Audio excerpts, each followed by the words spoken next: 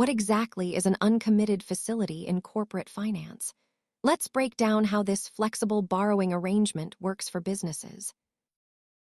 At its heart, an uncommitted facility is all about flexibility for both the lender and the borrower.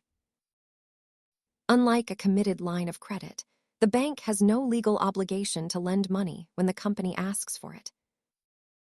These facilities are quick to set up and carry no upfront commitment fees, but they offer no guarantee of funding. The main difference is the guarantee. Committed facilities act like a contract, while uncommitted ones act like a standing invitation.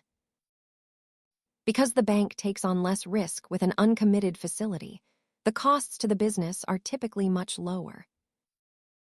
Financial managers often use these as a secondary tool, knowing they shouldn't rely on them for essential operational liquidity.